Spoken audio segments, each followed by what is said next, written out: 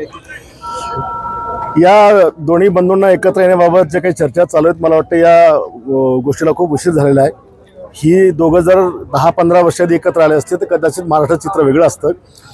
उद्धव साहेबांनी जो बाळासाहेबांचा विचार सोडून, शिवरायाचा विचार सोडून जे काही विचित्र आघाडी त्या ठिकाणी केलेली आहे, त्याच्यामुळे आज जनाधार संपलेला आहे आणि त्याच्यामुळे युतीचा काही फायदा होईल असं वाटत नाही. राज्यातील आर्थिक स्थिती कमी आहे असल्याचा आरोप विरोधक करताय.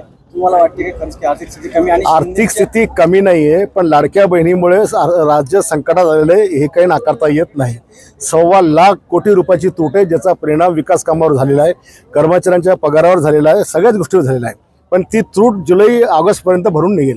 शिवसेनेच्या आमदारांनाही आर्थिक मदत करताना कुठेतरी राज्य सरकार कमी पडते असं आरोप. आम्हालाच नाही, सगळ्यांनाच.